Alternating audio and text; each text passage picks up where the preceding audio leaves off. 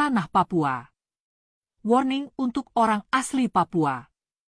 Silakan simak dan mengikuti dengan seksama, agar Anda sebagai orang asli paham. Artikel ini sudah terjadi, sedang terjadi, kolonial adalah masyarakat yang malas. Malas di sini penjabarannya banyak sekali. Mereka butuh treatment khusus hingga mau berjuang dan bekerja keras. Maaf kakak jika saya sedikit bicara kasar terkait hal ini. Namun ini menjadikan bahan perenungan bersama, hal apa yang sebaiknya perlu diperbaiki dari mentalitas itu sendiri. Saya juga pernah baca tentang hasil pengamatan lapangan bahwa bangsa Papua jika tidak sanggup mempertahankan budaya, mempertahankan tanahnya sendiri, lalu hanya mengikuti kesenangan sesaat, tidak mau berusaha, berdiri di atas kaki sendiri, maka waktu yang akan menjawab semuanya apakah bangsa ini akan tetap bertahan atau tinggal nama. Sekiranya ini yang pernah saya baca dalam tulisan seseorang yang katanya pernah mengunjungi Papua namanya Willy Sart dari Jayapura. Kalian banyak doktor dan master, sarjana berlimpah. Ada tamatan luar negeri, ada tamatan dalam negeri dan ada yang tamat di luar tengah realitas yang membunuh kalian di Papua. Gelar kalian hanya di atas kertas, tak bisa buat apa-apa untuk tanah airmu. Anda hanya urus perutmu, Anda hanya urus jabatanmu, Anda terhanyut dalam rutinitasmu dan tepuk dada, bangga dengan gelarmu. Anda tidak menulis, Anda tidak buat kajian, Anda tidak berjuang, Anda jijik berada di jalanan untuk melawan, Anda tidak menjadi diplomat, Anda tidak urus tanah adatmu, Anda tidak mendidik kaummu. Itu artinya, Anda memang ingin membiarkan bangsmu mati atau gelarmu hanya di atas kertas dan tidak belajar sungguh-sungguh untuk mengerti realitasmu. Apakah Anda sengaja ataupun tidak paham? Yang jelas, saya mau memberitahu bahwa ketika orang sekolah, doktor, master, dan sarjana, dia membisu maka itu tandanya bangsa itu sedang mati pelan-pelan. Matinya aktivitas intelektual adalah matinya sebuah bangsa. Orang Papua lupa budaya. Budaya bukan sekedar pakaian adat, tapi keseluruhan tatanan kehidupan, religi, sistem politik, mata pencaharian, kesenian, peralatan, bahasa, sistem dan pengetahuan. Kalian genggam erat-erat segala yang baru datang. Lalu, kalian lupa diri dan terlena dan mereka ambil apa yang kalian tinggalkan. Jangankan budaya, Anda tinggalkan mamamu sendiri, Anda pergi kawin dengan yang putih. Yang putih dan semua yang datang dari luar lebih baik. Itu cara Anda membunuh mamamu, budayamu dan masa depan bangsamu secara pelan tapi pasti. Kalian pemalas dan hidup dari belas kasihan dan judi. Kalian, orang Papua itu saya amati pemalas, duduk saja, cerita-cerita saja, habiskan waktu. Jalan minta sana minta sini sama saudara lain, harap sana harap sini. Setelah dapat uang habiskan saat itu juga, sisanya main judi, togel. Uang habis jalan minta lagi ke saudara padahal sudah sarjana, padahal sehat dan badan kuat, padahal hutanmu luas, tanahmu subur. Satu pemuda bisa habiskan uang 3 juta atau 4 juta dalam 1 bulan. Uang itu dapat dari mana? Sedangkan ia tidak punya pekerjaan, tidak punya kebun, tidak punya ternak? Jawabannya adalah ia dapat dari belas kasihan orang lain dan judi. Saya ketemu 2 pemuda di kantor gubernur. Tas mereka berisi. Saya ajak cerita, apa yang mereka isi dan apa kerja mereka. Yang mereka isi adalah proposal dan buku togel.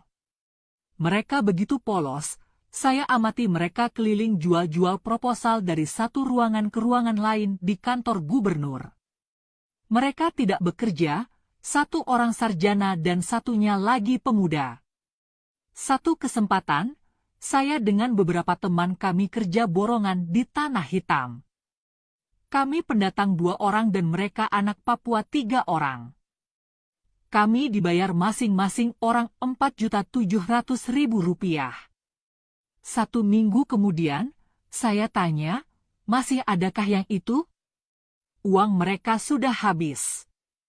Satu orang beralasan, uang itu bayar SPP adiknya. Satu lagi, bagi-bagi dengan keluarga. Satu lagi yang parah, ia mengesal karena uang itu habis minum dan main togel. Tidak banyak orang Papua yang saya jumpai hargai proses dan tekun serta hemat. Sebagian hanya mau cepat jadi dan kejar yang besar, tidak ada usaha-usaha kecil, kecuali mama-mama yang jualan.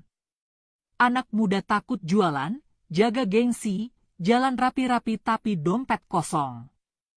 Perempuan muda Papua hancur. Sore-sore, apalagi malam minggu kota Jayapura penuh gadis-gadis belia Papua bercelana mini. Mulut penuh pinang dan rokok di tangan. Mereka berkelompok hingga larut malam. Mereka buat apa? Mereka menunggu bookingan dari siapa saja yang mau ajak jalan, sekedar minuman keras atau seks dengan bayar murah. Yang penting dapat uang, entah 100 Rp. Ada yang anak sekolah dan ada yang tidak sekolah. Saya ajak ngobrol, mereka cerita di rumah tidak ada makanan dan cari uang sekolah. Jika perempuan hancur, bagaimana mereka akan menikah, mengandung, melahirkan anak yang sehat dan mendidiknya menjadi besar untuk gantikan pemimpin kalian yang sudah banyak mati? Bagaimana mereka akan urus suami jika sudah hancur begini? Perempuan kuat, bangsa kuat. Orang tua malas tahu dengan pendidikan anak. Tidak ada budaya belajar di rumah. Beberapa rumah di teman-teman Papua tidak ada meja belajar untuk anak mereka. Satu kamar, anaknya dengan 2-3 orang tamu dokter saudara lain. Sore hari anak-anak tidak ada kebiasaan belajar di beberapa rumah yang saya kunjungi. Makan MLM larut malam sekali, ada yang jam 9, anak yang paling kecil sudah TDR. Ayah dan ibu punya urusan masing-masing, tidak dampingi anak belajar. Pada pagi hari, saya perhatikan di jalanan, tidak banyak orang Papua yang antar anak ke sekolah. Padahal di rumah ada mobil dan motor. Ada satu pejabat punya mobil 2 dan motor, ada satu di rumah TP pagi hari, dia bagi uang sama anaknya. Dia tidak kantar, anak jalan sendiri, naik ojek. Ini bukan soal kasih uang TP, ini soal bagaimana bentuk kasih sayang orang tua. Pendatang juga punya uang TP mereka antar anak mereka, lihat di lampu merah pagi hari. Bicara tuan tanah TP tidak urus pendidikan anak baik-baik, bagaimana mau jadi tuan rumah? Kakak saya kenal banyak orang Papua yang menyebut diri pengusaha, tapi setelah saya tanya pengusaha itu artinya punya CV dan PT. Mereka jalan cari proyek di dinas-dinas, setelah dapat, kerja selesai dan uang habis, tidak ada yang buat unit usaha yang profit atau datangkan uang.